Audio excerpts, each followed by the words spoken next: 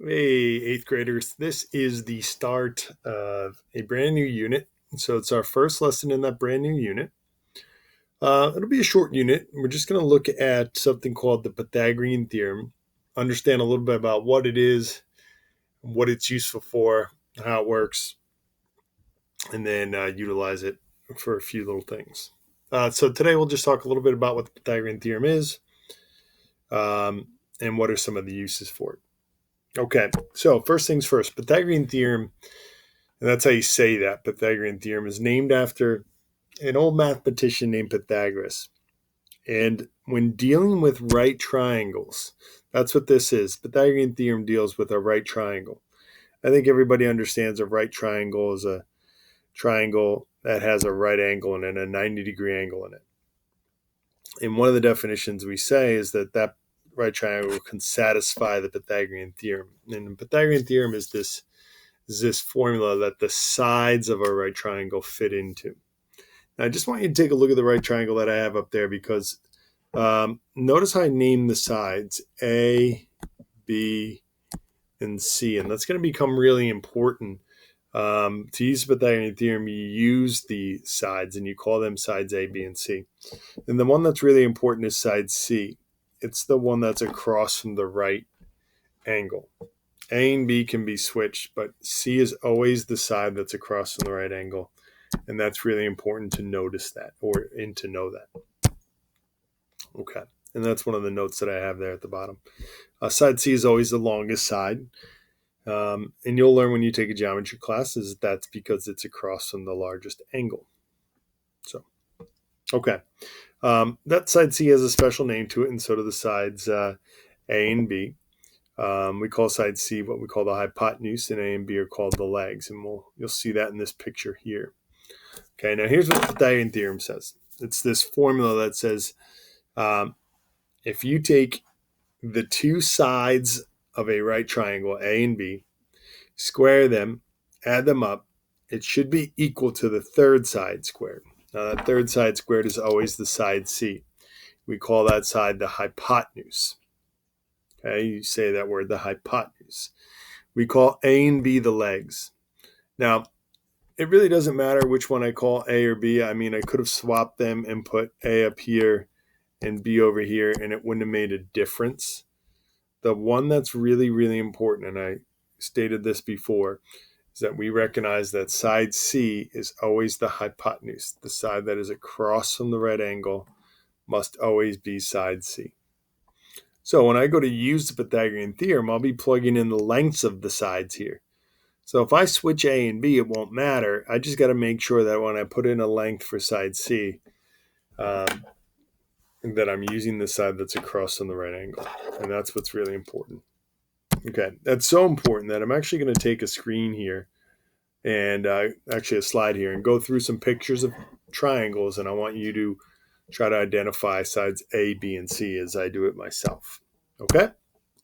All right, we'll get back to what the Pythagorean theorem is in a minute and how we use it. But I want you to first take a look at a few triangles. Okay, there's this one. And if I ask you to identify sides A, B, and C, where do you think that they would be? Now, if you go, well, I think A might be here, C. First thing you want to do, make it real easy. Look at where the right angle is and know that the side that's across from it is C. And if I call that A and that B, or if I switched it and called A on top and B on the left, it would still be fine. But C always has to be across from the right angle. So that's the approach I always take. Okay, here's another one. All right, well, just look at where the right angle is and know that C is across from it, and then A and B, or B and A. Again, those two can be switched. C is the one that really matters. All right, here's this one. Where is C here? Well, find the right angle. Oh, it's a little hidden. It's on the bottom. C is across from it. There's C. Maybe I'll call that A and that B. Again, doesn't matter. All right, one more. All right, a little bit different. Again, search for the right angle. There it is. C is across from it, so there's C. And I'll call that A and that B. And again, for the fourth or fifth or sixth time, those can be switched. It doesn't really matter. All right. Well, now that we know our sides A, B, and C, let's use them and show how the Pythagorean theorem works. Okay, take a look at the following right triangle. Oh, well, actually, I forgot about this screen. This screen is here just to tell you the reasons why we use it. We use it for two different reasons, the Pythagorean theorem. One, to prove if a right triangle is a right triangle or not. That we are going to do today. The second one will allow us to find missing sides of a right triangle, and that'll be in the coming days, not today. Today, we're just going to use the Pythagorean theorem, that formula for right triangles, to see if a triangle is a right triangle or not. All right. Take a look at the following picture. Now, you might say to yourself, someone might ask you, is that triangle in that picture, ABC, is that thing a right triangle? So is ABC a right triangle? You might go, yeah, I think it is, because look that's a right angle right here. Okay, maybe. Imagine that wasn't drawn there. How could I prove to someone that that thing was a right triangle? Well, what the Pythagorean theorem says is, if you plug in the sides of that right triangle into the Pythagorean theorem, it should prove true. It should check, for lack of a better word. And if it does, then that means that those sides are or do make up a right triangle. All right, so notice that I've taken side A, plugged it in here for A, took side B, plugged it in for B, and took side C and plugged it in for C. Now, 6 squared means, remember, 6 times 6. That doesn't mean 6 times 2. So 6 times 6 is 36. 8 squared is 64. 10 squared is 100. 36 plus 64 is 100. 100 equals 100. So that means that this triangle is a right triangle. Not because it looks like one, or not because it's got a little box in the corner, but because it satisfied the Pythagorean theorem. That's the proof. Okay, so now we know that that's a right triangle. Let's try this now all on our own. Let's take a look at the next question. The next question actually came from a state exam one year. It says, Pat drew the triangle below. Is Pat's triangle a right triangle? Use the Pythagorean theorem to prove whether his triangle is a right triangle or not. Okay, so Pythagorean theorem, let me write it down. It says a squared plus b squared is equal to c squared. So now I have to plug in for A, B, and C, but first I got to figure out what's A, what's B, what's C.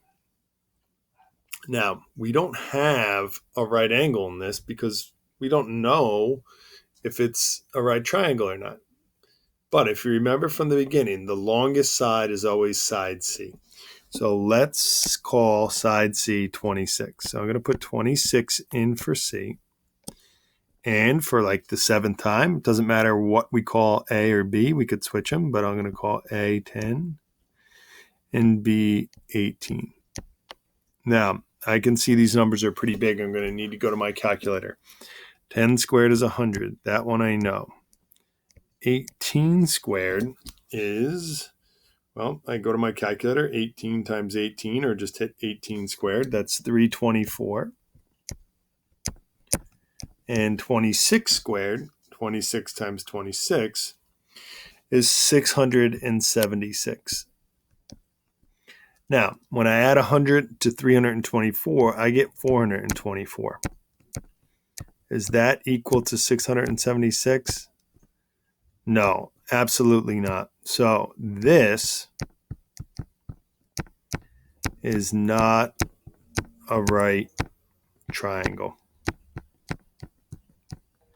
It does not satisfy the Pythagorean theorem. When I put the numbers in, it doesn't work. Therefore, this could not be a right triangle. It doesn't matter that it looks like one. If the sides don't satisfy the Pythagorean theorem, it is not a right triangle. Okay, that's what you're going to be doing for your homework tonight. You're going to be looking at some triangles, identifying A, B, and C, then proving whether or not triangles are right triangles, if they could be right triangles by testing them using the Pythagorean theorem. Okay? Good luck. We'll take on the next challenge of how do we use Pythagorean theorem to find missing sides of right triangles the next time. But for now, we're just proving if a triangle is a right triangle using the Pythagorean theorem.